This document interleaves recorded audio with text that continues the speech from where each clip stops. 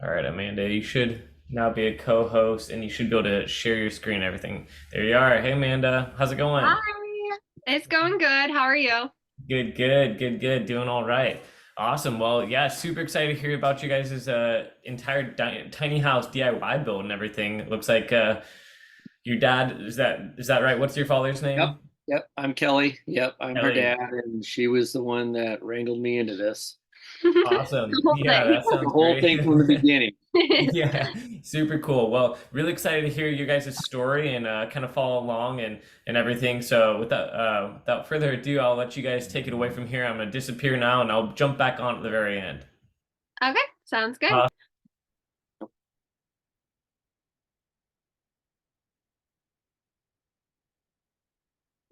So I'm gonna share my screen and then we'll get started.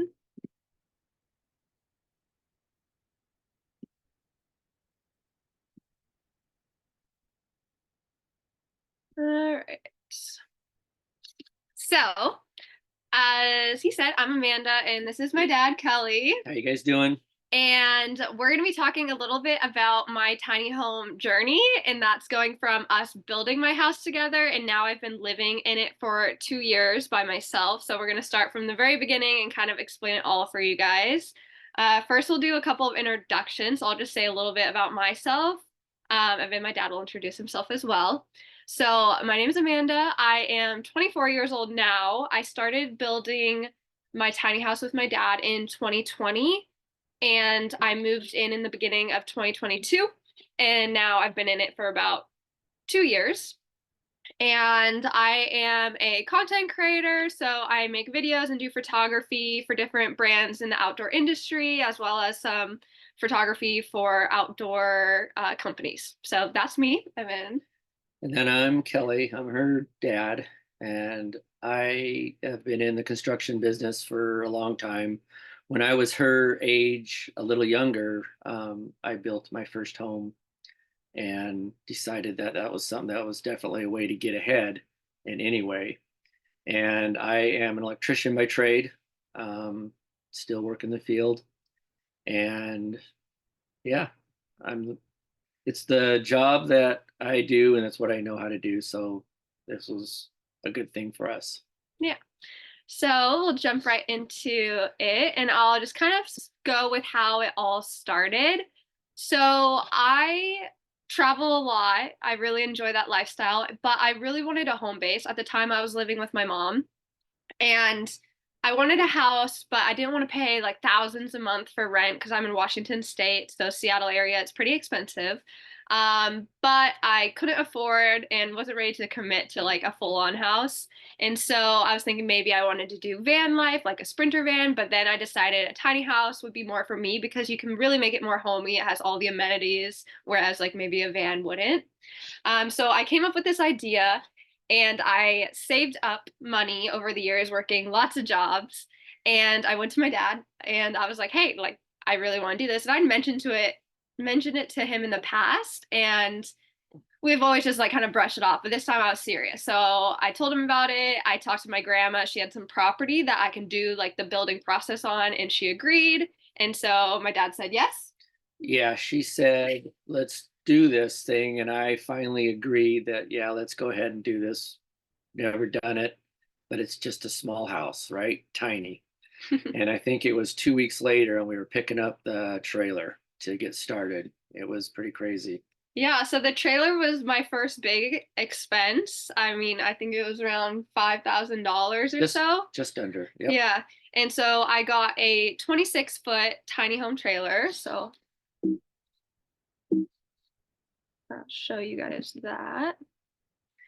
So that middle photo there is when I first got the trailer. So it came very raw, just as it was, and that was the beginning of it all. And so we beginning to start the build, which started with the base of the trailer and the framing. And so I'll let my dad talk a little bit about that because he knows more of the specifics. Yeah, and part of the deals with the tiny house trailers, you can see in the middle picture where they have the flange on the outside, and that's basically where you put the seal, the bottoms of the walls, and it made it very easy to put together. But also you have to insulate and get the bottom of it weatherproof. And we put in a steel bottom, a small tin bottom that we put insulation on that you can see on the right picture. You can barely see the steel in between the floor joists. And then that way we were able to insulate and have it winterproof for all the plumbing and all that stuff so that it doesn't freeze. So yeah, so that was the beginning of it. And then, the picture on the right is literally the beginning. Hmm. And one thing that is a lot different from like building a regular house and a tiny house is because it is on the trailer, that's what makes it so different. So keeping it level and square was something that we're constantly having to measure things and check if it's level and square so that we knew that the house was stable. Yeah. Um, So next up, I'll talk a little bit about the design process. So just throughout watching other people's tiny home videos, we went and looked at a couple tiny houses in person, and I kind of just took all the ideas and put it together into my own design. So we didn't buy a layout, we didn't buy a plan, which I know a lot of people do, and that's a great way to do it. But we just kind of like, I had a vision, I wrote it down, my dad and I put together measurements and ideas, and as we built the house, we made it work. There's a couple things that we had to switch up as we went along, but overall, it was just on a paper that we drew out and we went for it, which I'm lucky to have a dad that has a construction background. So it was something that he could do for me and bring my vision to life. But it was very important that we can make changes along the way and stayed flexible in case, like, oh, this measurement actually didn't work or things like that. On the right, it shows the tiling of my bathroom. That's one of my favorite parts in the house. The shower is really pretty. And then this next photo, we'll go over a little bit more of the utilities. So my dad will talk about those. One of the things when we were putting this thing together is how much energy is it going to use? How much power do we have to have into the building to make it work easily and be easily have an RV hookup, basically. So we went with a 50 amp. So the whole thing has 50 amps, and that's enough to run the washer and dryer, which I haven't seen too many, but we have a washer and dryer in the bathroom, a stackable, which draws 30 amps of 240. And then we also put in a small electric heater that heats the whole thing well. Being that the whole thing was spray foam insulated, it's extremely well insulated, about as good as you can get, but it's also airtight. So when you're doing these, you also need to keep in mind your ventilation and keeping the condensation down in the house. So we have a fan in the bathroom that ventilates the house, and then the intake is through the vent for the oven so that the air can come in when it needs to come in, and you can see that on the out so that it sucks in enough air when you're not using it to cycle the air through the thing. We also have propane tanks in the front part underneath the overhang. There's a shed storage underneath that, and we have two tanks that provide propane to run the cooking appliance because that's a high electrical draw.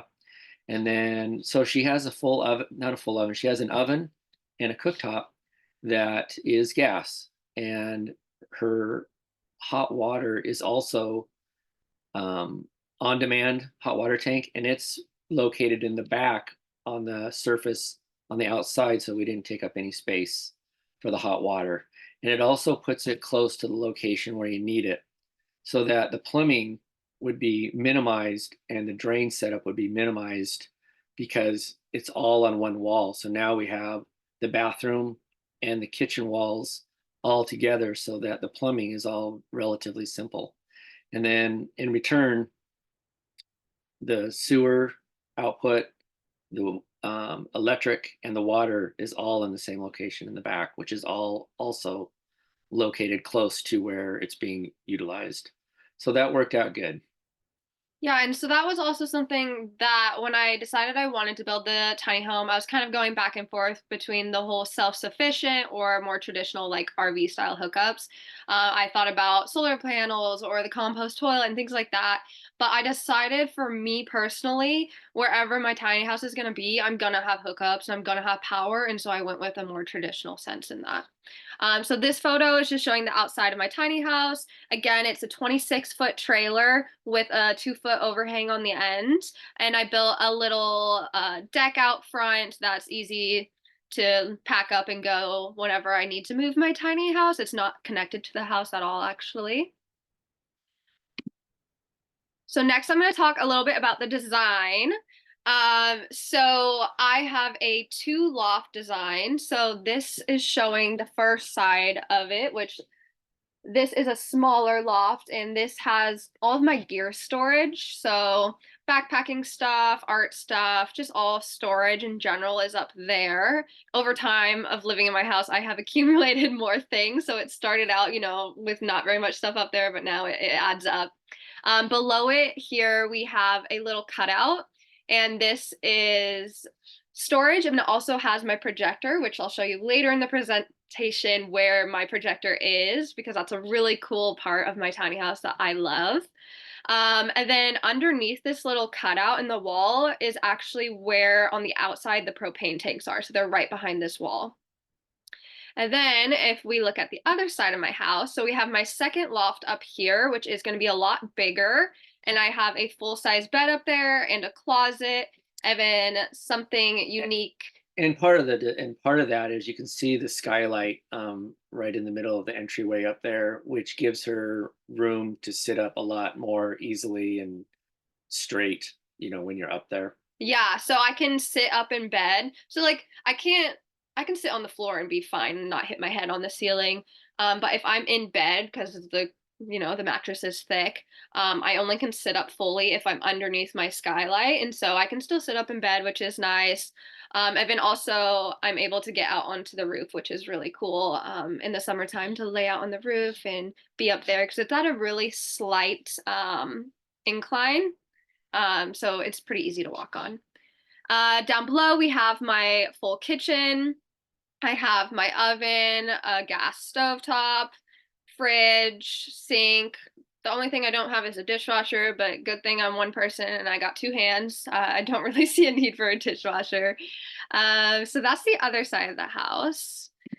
And then my bathroom, which is pretty big and spacious compared to other tiny home bathrooms, I feel like. I have my corner shower. And then I have just a regular stacking washer dryer, which I feel like most tiny homes have the 2-in-1 small one, or they just don't have a washer and dryer at all. But for me, I just didn't want to have to go to a laundromat and deal with that. And so we squeezed it all in here. And then right behind the door that you see here is my toilet. So we have everything I need in this little bathroom. And then this is the fan for ventilation that my dad was talking about here on the top on the ceiling. Next, I'll talk about some of the unique storage that I have. So it's really important in tiny homes just to have like hidden storage everywhere because you want to use the space as well as you can. So a few of those are, one is my couch. I got this on OfferUp, so used, but it is an IKEA couch. And it has storage here on this side of the couch, so I can keep like blankets, pillows, things like that in there. And it also pulls out into a futon, so it is like a guest bed when I have friends over. My coffee table, also the top comes off and there's storage inside it as well. I have the pull-out pantry. Having this like tall pantry was really important to me because I just wanted to have enough space for all my food and my kitchen stuff in general. So I was really happy to have gotten that. And then something that I also have never seen on Tiny House, but my dad came up with this idea is underneath all of the kitchen cabinets, there's like the toe kick spaces. And we actually ended up removing the baseboards. Yeah, the baseboard, the toe kicks.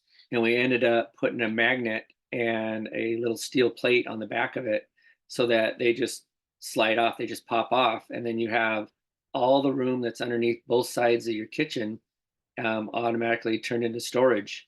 And that's a lot of storage that's being wasted in other, kitchens that we've seen in houses because nobody's using it.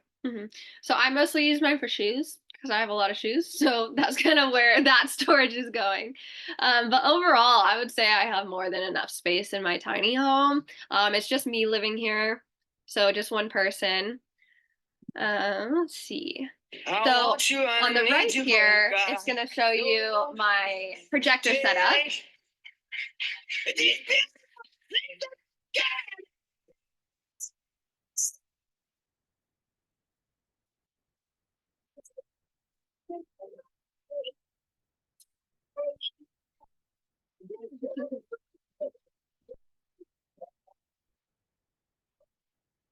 So that's kind of a glimpse at my tiny home video. So on my social media, I do a lot of behind the scenes of just what my life is like living in the tiny house. And I also have a lot of videos of the building process. So all of that is online for people to see as well. So I want to go back into, I'll just bring it to one of the photos of the tiny house. So one of the things that people always ask is, one, where do you park your tiny house? And two, how much did everything cost? So those are two things I want to talk about a little bit so you guys have a better idea. So first for parking it. So I built it. In the process of building it, it was on my grandma's property, but that wasn't a place where I could live in it. So I built it there, and then I posted on some Facebook tiny home pages looking for property, and I ended up finding a guy that has a large piece of property on a farm, and there's actually about 6 other tiny houses here on the other side of the property as well. And so he rents it out to me, and it includes all utilities, garbage, Wi-Fi, everything like that, except I pay my electricity bill extra. So I pay $600 a month for renting this plot that I keep my house on. So I am saving a lot of money on rent because of how expensive rent would be in this area. So it has become a great investment for me to have this tiny home in general. We kept track, not to the exact numbers, but we kept track pretty well on how much I spent. So when I first went into building the house, I had 20,000 saved up, and that's what we started building the house with. And then by the end of it, with all of my cabinets, all the washer, dryer, couch, like everything put into the house, it ended up being around $45,000. One thing to keep in mind though is my dad is very, very skilled. So there's so many things that he did that maybe other people would hire out for. So the things that I hired out for are spray installation. I had someone come in and do that, and then plumbing. So those are the two things that I paid for labor for, and then everything else was me, my dad, my brother, my friends, everyone pitching in. Yeah, it was, when we started this thing, she couldn't even read a tape measure. That's not true. Oh my god. You would say it was like 6 inches and 3 little marks. Well, yeah, it's still right. But by the time we were done building this thing, she was getting out the chop saw, cutting stuff up, getting the compressor out, getting the gun going, and all the siding, all the interior lap, and all that stuff. If she could do it and it wasn't hard or heavy or technical, she did it. We worked on this thing together for a long time, every weekend, and we worked and worked. And with that picture that's up right now, you can see also one of the things that we did was we designed a ladder that hooks on both of the upper platforms so that we have all this open area on both sides, and we don't have a stairwell that's using up space. So everything is very open. Yeah, so the other side you can see, this is where the ladder was resting. So it's out of the way here, resting on this, but you would pull it down to climb up onto this loft and then move it to the other loft if you wanted to go up there. Yeah, if you look just above the screen, you can see the bracket where the ladder hooks on, and that's where it goes. Mm-hmm. But we worked on this thing, and we did everything, the designing, the building, every little bit about this thing. She did a lot of work. I'm very proud of her. Thanks. Yeah, it was 2 years. I mean, it took us 2 years to build it, but I was working multiple jobs so that I could make enough money to pay for all the material as we went. A lot of getting stuff on OfferUp, Facebook Marketplace, things like that.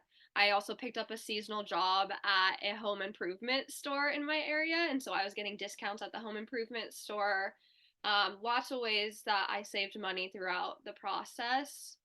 And lots of time, like you said, it was like weekends or when I had a day off that he also had a day off, or I'd come here after work and do the stuff that I can do without his help, like the paneling and the ceiling, the pine ceiling or the MDF walls. Staining all so of much the staining. wood, so much, Sanding. the countertops, those countertops, to do them right, you have a food grade finish that goes on there, and it requires multiple coats, like 4 or 5.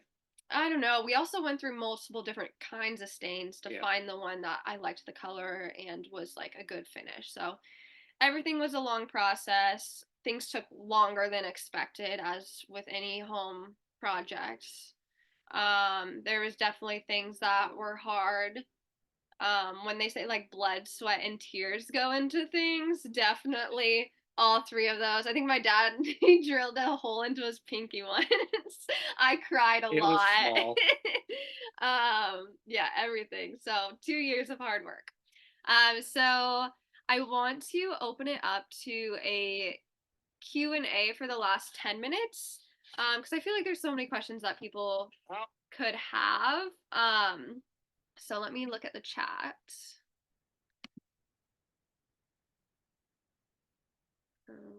That's not this.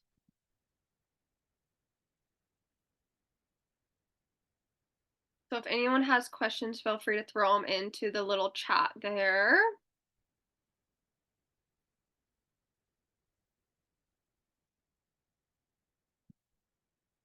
I think I'm looking at. Oh, here's the chat. Okay. All right. Now I'm getting into the chat here. Hi. So someone said that they love the butcher block counters. Thank you. I'm really happy we went with that. Lots of work with those. Did you tip the trailer over to install the metal bottom? No, we laid underneath it and screwed up. It was hard. It was hard work. Yeah. The whole thing's hard work. But yeah, no, we did it the hard way. Yeah, so we were like, underneath it and screwing and doing things like that. We didn't end up having to tip it. It looks super spacious inside. That is the number one thing that people say when they visit my house in person, is that it's just bigger than they expected for a tiny house. And it is bigger, but it's still street legal. It is like those standard sizes. I'm located about an hour north of Seattle, Washington. How much was the spray insulation with labor? Well, it's a process where it's a chemical and a heating process where they mix the chemicals to spray it. And I don't remember how much it cost because I didn't pay for it. So, and that's something that I but it was not cheap. It's probably the more expensive way to go as far as insulating, but it is definitely one of the better ways. Yeah, I'm actually pulling up my email right now for the spray insulation. Let's see here. Oh gosh, is that really how much I paid? Yeah, it was thousands. Yeah, so I found a quote. I'm not sure if this is the business that I went with, because I think I found someone else that could do it large. So the quote that I found for it was 6,000, but I don't believe I paid more than 3,000. I think it was around 3,000, because I remember the first quote I got, which was probably that one. I was like, whoa, that's so expensive. And they charge per square foot and how thick it is. Mhm. So the floor is extra thick, the ceiling is extra thick. Because it's thicker wood, and then on the sides it's obviously 3.5 inch. So you pay per foot per inch. Yeah. How many people did it take to relocate? So when we relocated it, actually the landlord on the property that I live at now has pulled tiny houses before, since there's other ones on the property. So he just came and hooked it up and pulled a tiny house. My dad drove in front of it. I drove behind it. Super nerve-wracking, but we just drove it on over. For the first time to move it, but he pulled it over. We just used a regular pickup truck. I don't think this thing weighs too much. We don't know exactly, but I think it's pretty close to around 10,000 pounds. Are your two fans enough to deal with moisture?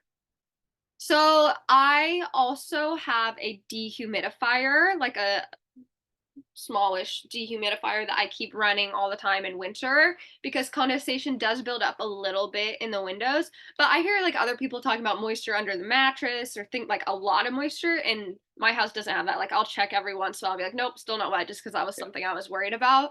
But yeah, I would say the two fans and a small dehumidifier is good. Um, Yeah. In our area, they don't, as far as someone asked about permitting, there is no regulation. yes, there is now. Well, there is now. There wasn't when we When we built. did it, yes. When we did it, there wasn't any. There was just nothing. Now they're starting to regulate it because they figure they can get money out of us to do that for taxes. Okay. If you could tweak something in the design or layout, what would it be? Um, that's funny because I actually just did someone has asked me that before. A lot of people have. And so I did a reel on Instagram recently, and it was like, if you could change anything about your tiny house design, what would it be? And I said nothing. I honestly love the layout of my house. I don't have anything that over time was annoying or I wanted to change. It's pretty great. I mean, over during building it, we didn't like throw it together in, a couple months to be done with it. So as we built it, we were designing really. I mean, it's like, okay, we got this window was given to us. Where should we put that? Where will it work?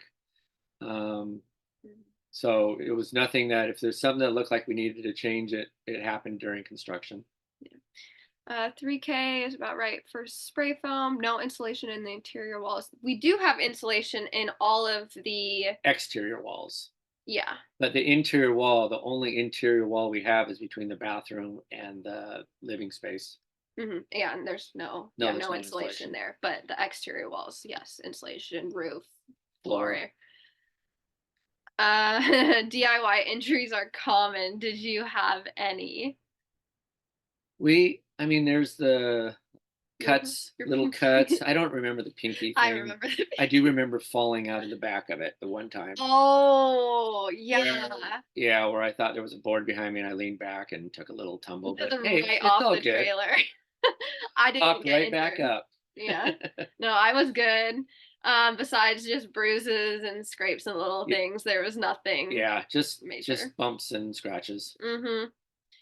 Yep, no big injuries. Do you have any fresh or gray black water holding tanks? No, it's all direct into the septic system that's provided on the property.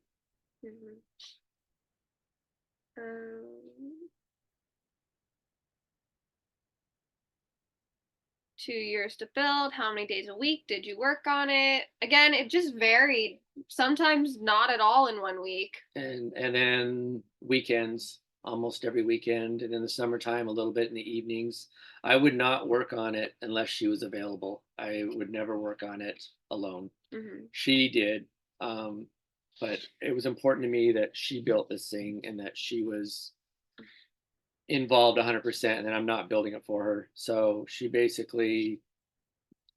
did lots. Yeah, and there was like, the days when I'd come with just myself and my friends and we'd work on like the walls or building cabinets or putting hardware in. It's like things took way longer than they would, if I had professionals there with me. So it did take a lot longer just because one, it's my own house, so I did want it to be close to perfect. Like I was very particular about certain things because I'm like, I'm going to be in this house for a while. I want it to be made the way I want it. And so I was okay with being picky about that. But yeah, so we have 1 minute left. So if there's any last questions, throw them in the chat. But if not, then I just say follow me on social media. I'll put them up here again. I want you, I need you, yeah, so follow me on Instagram, TikTok. It's kind of my lifestyle and a lot of tiny home stuff. Oh, a few more questions, last minute. Aside from construction topics, I'm curious on how you handle meal prep and living solo. Follow my Instagram. I actually do talk about that on my Instagram and meal prep and things like that. So head over there. My next adventure slash project.